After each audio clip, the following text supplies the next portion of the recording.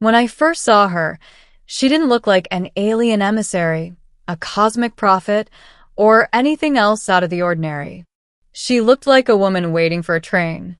The Nevadan desert night pressed in around the abandoned station platform where I'd parked my truck. The stars, free from city glare, spread so thick across the sky that they looked like spilled crystal dust.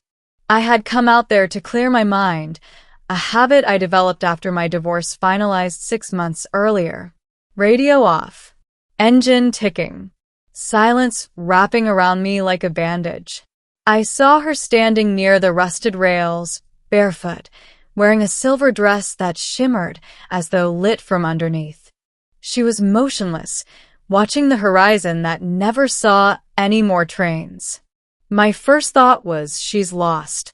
My second thought was, she's glowing. The light wasn't bright, just a faint radiance around her edges, as though she absorbed moonlight and exhaled it. "Are you okay?" I called out, stepping from my truck. She turned slowly. Her eyes were enormous, not unnaturally large, but startling in clarity. Irises like polished obsidian. A serious face, too composed for someone alone in nowhere. "You came," she said. What? I cast a look around as if someone else might answer for me. "Listen, do you need help? I can call someone." "No need," she said. Then she walked closer, feet silent on gravel.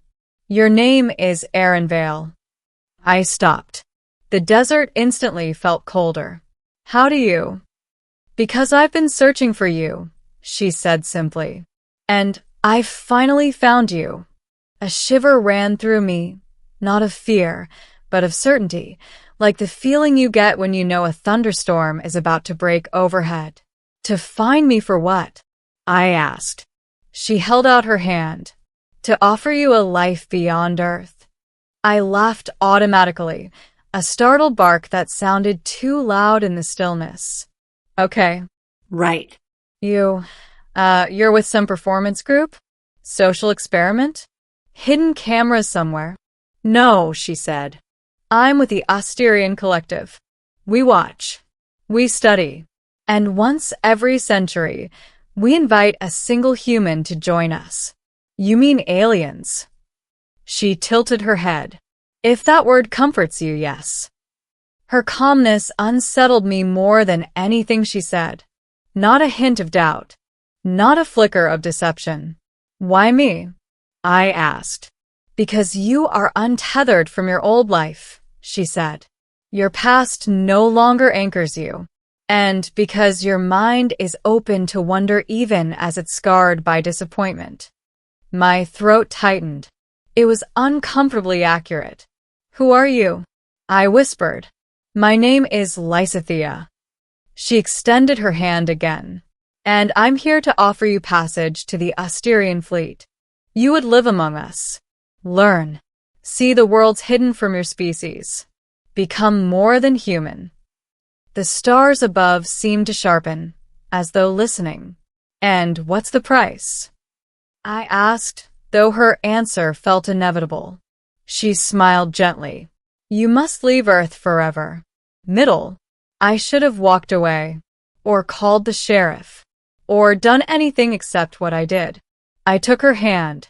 The moment our skin touched, the night around us folded into itself.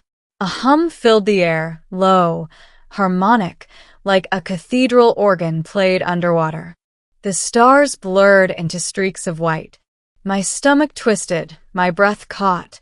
Then everything snapped into place. We were no longer in the desert. We were inside a vast, circular chamber with walls of translucent metal that pulsed with distant light. The ceiling arched impossibly high above us, like the inside of a nebula. Floating symbols drifted in the air like holographic snowflakes. The floor glowed faintly beneath my boots. "Where what?" I stammered. "Our arrival hall," Lysithea explained. "We're currently in orbit, just beyond lunar shadow." A window formed on the wall, literally formed, its edges self-carving like liquid metal. Through it, I saw Earth hanging below like a blue marble swaddled in fragile clouds. I stumbled forward, breath halted in my chest. I had seen Earth from the ISS live streams, in movies, posters. But this view was raw, immediate, unmediated by screens or lenses. My God, I whispered. No, she said softly. Just home. A group of figures approached, tall, elegant, with smooth silver skin and luminous lines that traced their faces like circuitry. Their features were vaguely humanoid but stretched, refined. They didn't walk so much as glide, their feet never fully touching the ground. One stepped forward. "Welcome, Aaron Vale," it said, voice multiple tones speaking in harmony. "We are the Asterion Collective. You have been chosen." "Chosen for what?" I asked, managing to stand a little straighter. "To leave behind the limits of your species," the figure said. "To join our starward exodus." Lysithea added, "We travel the galaxy, collecting knowledge and carrying the memories of civilizations long vanished. You will help us preserve humanity's story." "And in return?" I asked. "You will see wonders no human has ever witnessed," the figure said. "Worlds older than your sun, creatures woven from plasma, cities built inside asteroids. And when your life ends, your consciousness will be added to the collective, eternal." A shiver of awe ran through me. But awe wasn't all I felt. Why only one human every century? The figure's luminous lines dimmed slightly, a sign of hesitation. "Because we do not wish to disrupt your species' natural progress. And because the cost of bringing more is substantial." "What cost?" I pressed. Lysithea's face softened. "Integration requires energy, more than you can comprehend. Preparing one human for our environment is already immense." "Integration," I repeated. "Yes," she said. "Your body cannot survive in our fleet systems. It must be reshaped." I swallowed. "Reshaped how?" "Enhanced," she said gently. "Strengthened. Improved. You will remain yourself, but rebuilt." Something in her tone felt too careful, like a truth wrapped in velvet. Before I could question further, she touched my elbow. "Let me show you something." She guided me through corridors that shifted their architecture as we walked, like the ship sensed our movement and rearranged to accommodate us. The air smelled faintly of ozone and distant rain, a soothing, artificial atmosphere. We entered a gallery that displayed holographic projections of alien worlds. Stars born in blooming light, red oceans boiling beneath two suns, ringed planets with crystalline forests. "You could see all of these," she said softly. "You could live among them." The temptation clawed at me. "I've spent half my life feeling stuck," I admitted. First in school, then in a dead-end job, then in a marriage that dried up like a riverbed. The idea of all this, of being more, "It's what you were meant for," she whispered. I looked at her. "Why do you care so much?" Her expression grew distant. "Because I was human once." The words knocked the breath out of me. "You what?" "My birth name was Elise Carter," she said, voice dropping. "Born in 1894. I was chosen by the collective in 1920. I stared. Her skin, her glow, the alien grace. None of it matched the image of an early, 20th century woman. "What did they do to you?" I whispered. "What they must also do to you," she said gently. "Reshape, evolve, reinvent. How much of you is still you?" She hesitated. "My memories are intact," she said. "My emotions adapted. My humanity preserved in essence." "In essence," I repeated bitterly. which means not fully. That depends on your definition, she said. What about your family? I asked harshly. People you left behind? Her face tightened, the first real emotion I had seen from her. They died long ago. Humans live brief lives. I accepted that when I chose this path. A cold weight settled inside me. Lysithea, Elise, did you ever regret it? She closed her eyes. Sometimes I recall the warmth of a hand I once held, or the smell of pine after a rainstorm. Things I thought I didn't need anymore. But then I remember the worlds I've walked, the lives I've witnessed. Regret is a small thing beside the infinite. Her eyes opened. You could have the infinite too. A chime echoed around us. The council is ready, she said. They wish to finalize your decision. My decision? I said. I haven't decided anything. She looked at me with a sadness that set off alarms in my chest. But you touched my hand, she whispered. And by doing so, the process has already begun. My pulse spiked.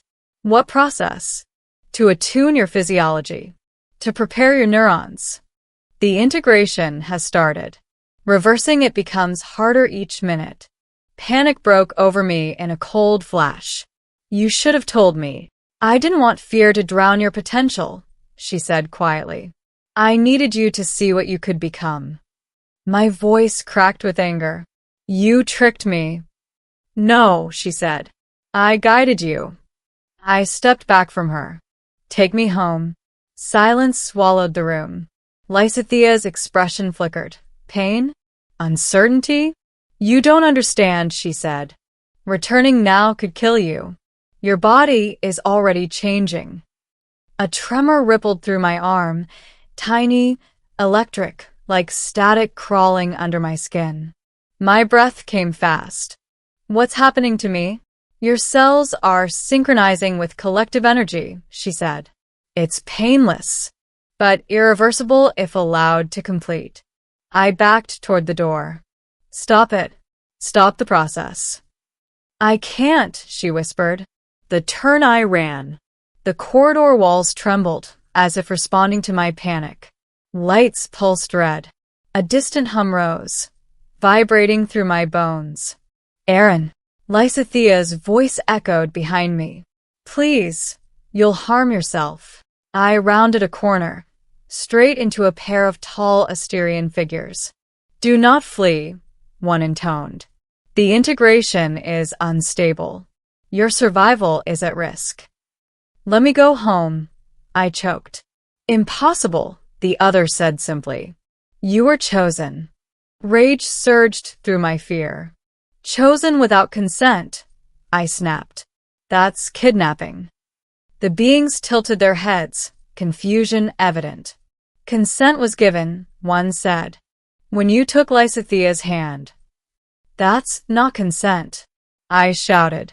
I didn't know what I was agreeing to. They stared with mirrored, unreadable faces. Your species creates agreements constantly without full knowledge, one said. You sign contracts, make vows, take risks. This is no different. It's very different, I yelled. My body spasmed. Pain lanced across my spine like lightning. I collapsed to my knees, gasping. Lysithea appeared beside me, lowering herself gracefully. Aaron, please, she said, voice trembling. You're fighting the transformation. Let us help you. I don't want this, I gasped. I want my life. She looked devastated. But your life was filled with sorrow, she whispered. You told me yourself. I still want it, I said. It's mine. Her eyes shone with some internal light, flickering like a candle in wind. The Asterion figure spoke again. He must choose, one said. He is chosen, said the other. No, Lysithea said suddenly. They turned to her. He must choose freely, she insisted. Truly freely. The being's luminous lines dimmed. That increases the risk, one warned. I accept the risk, she said. They hesitated.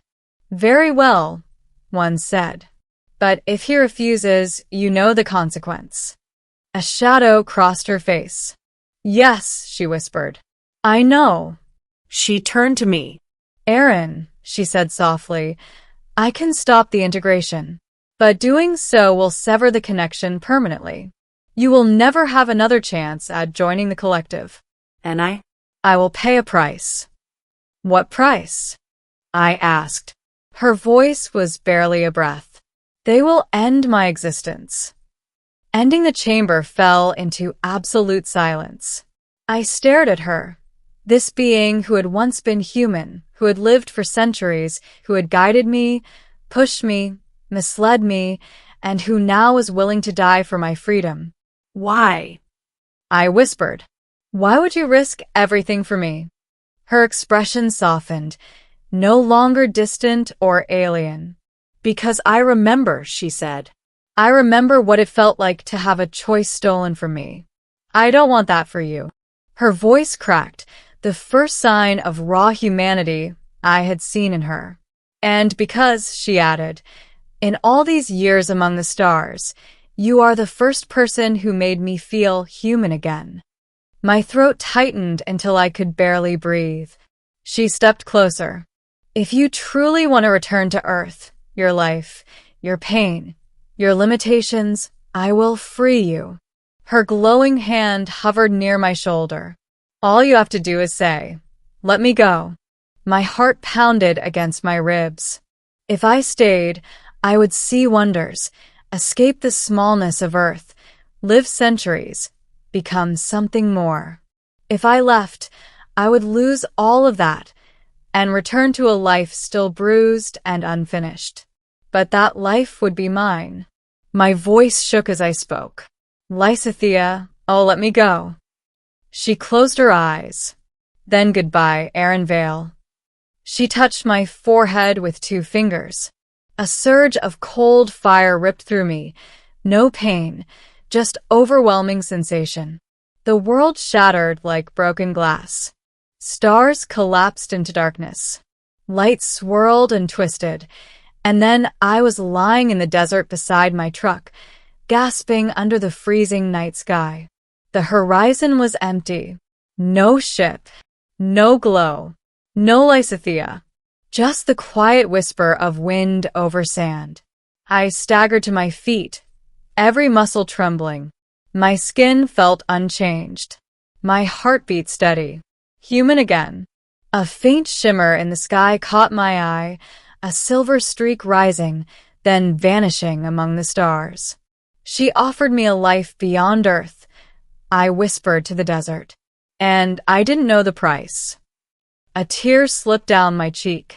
Now, neither did she. I stood alone in the vast silence, watching the stars she had once walked among. And for the first time in years, the world around me felt unbearably small. But it was still my world, my life, my choice. And somewhere far beyond Earth, in the endless dark, a woman once called Elise Carter had given up eternity so I could keep it. I will never forget her. And every night, when I look up at the stars, I wonder, was she right, or did I choose the smaller infinity?